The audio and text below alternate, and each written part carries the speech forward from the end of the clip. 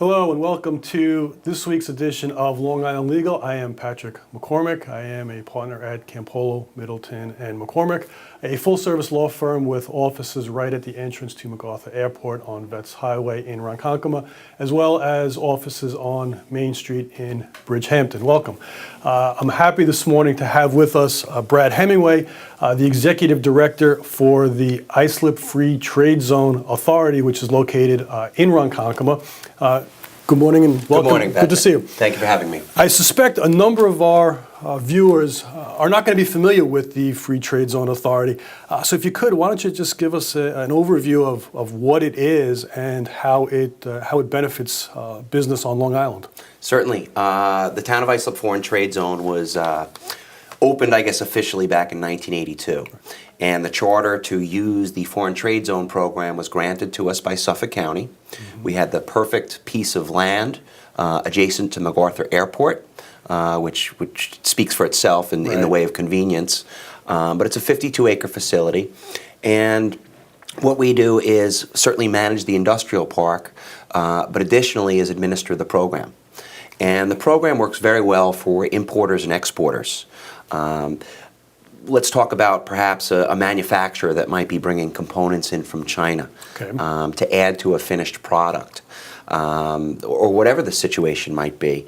The most important underlying value to the trade zone is the favorable tariff treatment that the users get to appreciate. For some businesses, this means a lot more than others. But I'll go back to the manufacturer that I was speaking about. They may be bringing goods in, or a component, or whatever it might be, from China or Europe, wherever it will be from, and that good or component will have its own tariff, dictated by the harmonized tariff schedule. Within that tariff, they're able to take a different type of treatment depending on what the end destination for that product is going to be. And what I mean by that is, if you're going to be distributing goods within the U.S., you have the ability to defer your tariff until the point of distribution or until it leaves the trade zone. Okay. It gets even better for companies that are shipping back out. This is where it really shines for some people, in that anything that will go back out of the U.S., whether it be Canada, Mexico, Latin America, or sometimes even back to where they sourced it from, there will be no tariff. If you thought of the trade zone as a borderless geographic area, it's outside of the U.S. Customs territory. Okay. So because of that, the users do not pay tariff. So again, when goods are coming in and going back out, it's like they never came to the U.S. So it's a wonderful advantage for a company that has a global distribution model. Now, the zone is this 52 acres in Ronkonkoma, is that correct? Yes. Okay. So a business, an exporter, importer that wants to take advantage of this, presumably they're going to rent space or locate their facilities within this zone. Is that accurate? That's correct. And currently we have two great opportunities. We've got both developed space.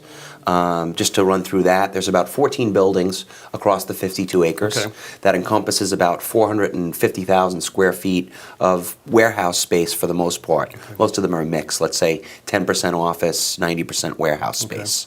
Okay. Additionally, we've been working very closely with Reckler Equity Partners to develop 3 undeveloped parcels in the trade zone. And what our mission is with regards to that is really trying to identify a company that could truly benefit from the program, and work with them to do a build-to-suit type arrangement. Mm-hmm. And currently we have capacity for about another 130,000 square feet of space. Okay. So again, across 3 parcels, it's a total of about 8 acres separately.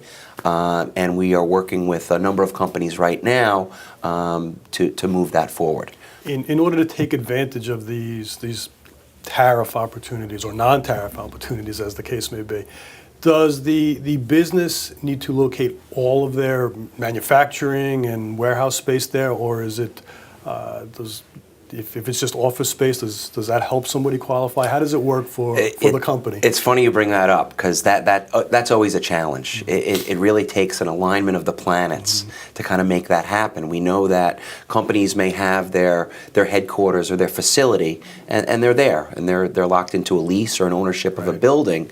But to your point, you can certainly separate a portion of the business.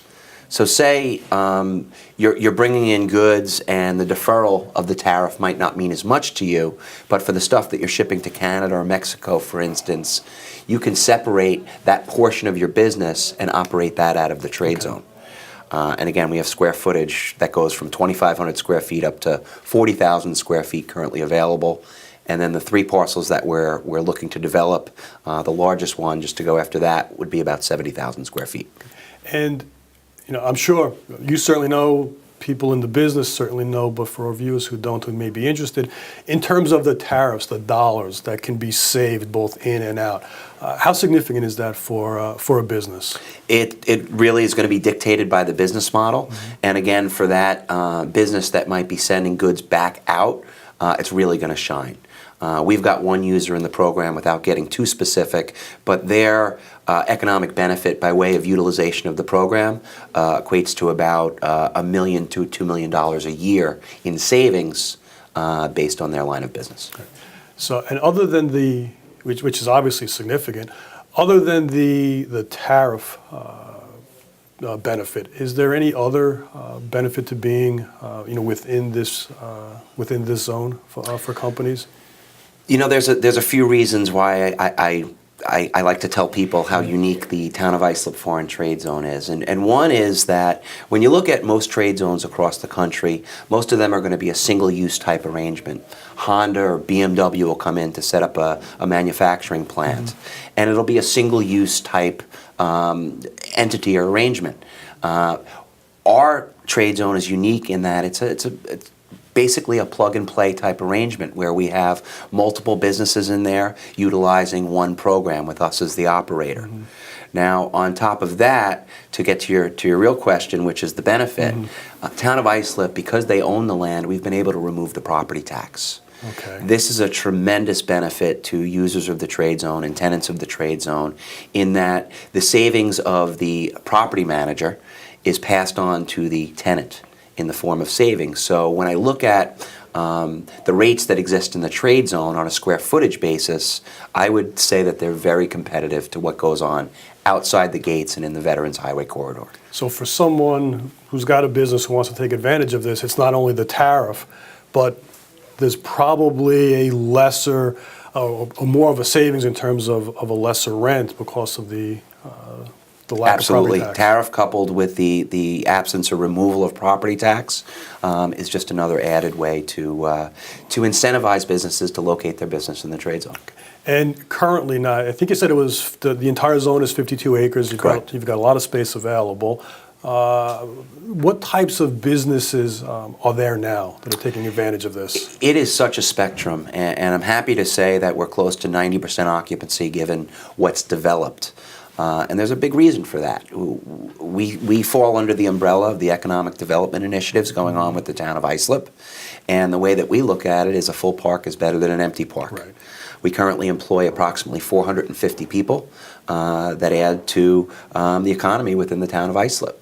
So for that reason, we have a broad spectrum of businesses, and it ranges from everything from manufacturers of various products, electronic components distributors, we have a liquor distributor, and we have some direct advertising and distribution models that exist within the trade zone.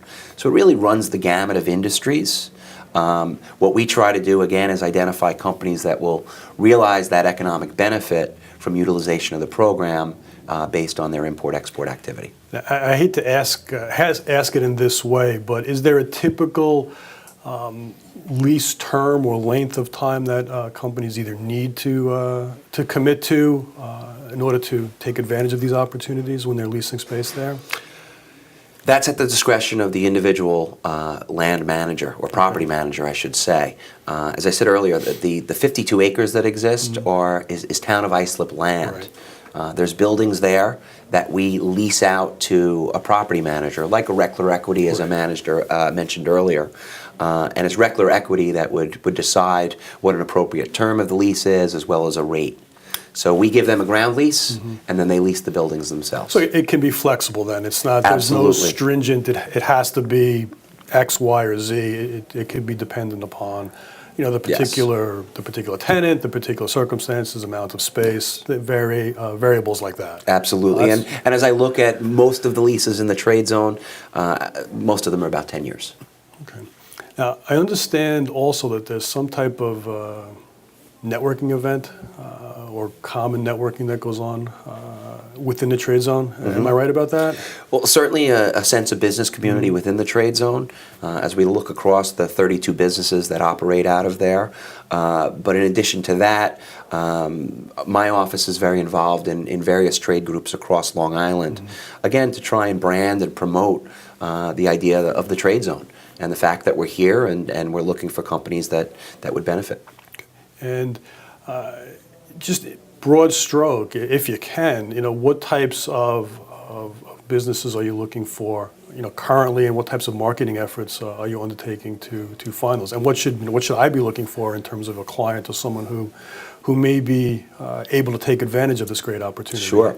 As you can imagine, I meet quite regularly with a range of businesses. And while I wouldn't go so far as to say that we're trying to identify any one sector or industry, there are some things that we're seeing more than others. I'm seeing a lot of pharmaceutical activity out here. I'm seeing medical device makers, and again, electronic components, aerospace and defense. So it's not any one, again, particular industry. It's companies that have a global trade presence and that have either current business or eyes on expansion outside U.S. borders. And obviously you've got 90% occupancy, and I know there's a lot of other international businesses on Long Island. Do you see a lot of business taking advantage of not only this trade zone, but others throughout the country to create and to foster their businesses? Absolutely, but as I mentioned earlier, I think where we really shine in a unique way is the fact that this is a trade zone program that's available to the Long Island business community. And as I mentioned earlier, a lot of the other trade zones that exist, and there's one or more in every state across the U.S., right. But most of those are single-use applications. So this is a great opportunity for a small to mid-sized business to take advantage of programs that in the past have really been reserved for larger companies that have the infrastructure to get something like this set up. And I think you said there's a number. How much space is available now? Currently, we have. It's approximately 50 to 60,000 square feet. I'd have to go back and check today because it's always changing.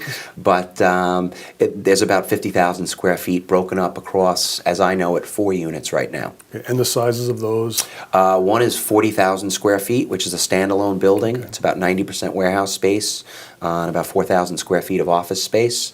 We have another 9,800 square foot unit. And then 2 smaller ones. I believe one of them is 2583, and I'm not sure what the other one is. Okay. And for the tenants, I think the 40,000 square foot building, I would assume, but maybe I'm wrong, when they want to come in and do whatever build out needs to be done, the permitting process is the same for any other building. You work through the town and apply for whatever permits, approvals may be necessary for whatever use the tenant may be looking for. And because of where we are in the industrial corridor, sometimes the uses defined for each unit or building are very broad. So typically what's going to happen as a new company would come in, a simple change of tenant. And then obviously if there's any improvements that need to be made to the building, we would work, I guess, in a liaison capacity between that business and the planning department at the town of Islip. That's great. That's great.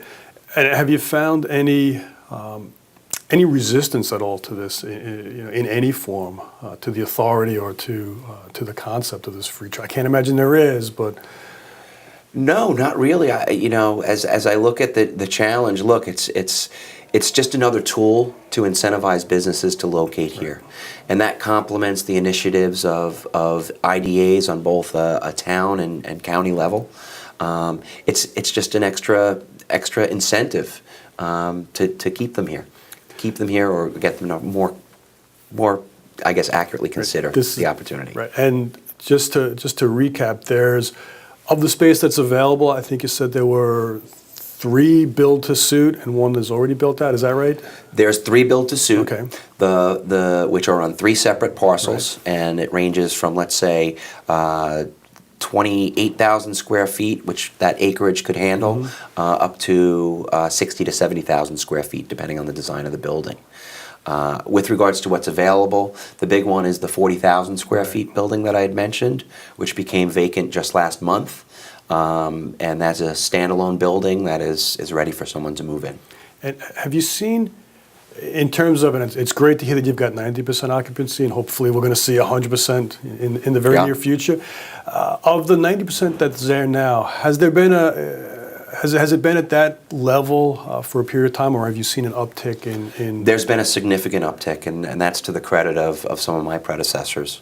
I came aboard as director in February, and things were certainly heading north. As recently as, I would say, 3 to 4 years ago, the park was at about 60 to 70% occupancy. So due to the efforts of again, my previous directors, Tracy Crute in particular, really put some activity into the trade zone. Brought some wonderful tenants into the zone that have not only come there, but they've expanded now and taken more space. And the town officials, they're fully behind this effort as well? I'll tell you, I know that's been a challenge in previous administrations, but Supervisor Croce has been wonderful. I know this is an important part of the town to him. He's been there at every turn to help us promote, and has even made introductions to potential tenants, or even part of those built-to-suit opportunities that we've spoken about. That's great news. Been a great administration to work with, and I look forward to that continuing. It's always good when the public and private sectors are working well together. It certainly is. Benefits everybody. Yes. So if any of our viewers want to reach out to you or want to get more information about the Free Trade Zone Authority, or if this might be suitable for them, who should they contact? Who can they reach out to? Is there a website or an email address, phone number? Sure. Again, my name's Brad Hemingway.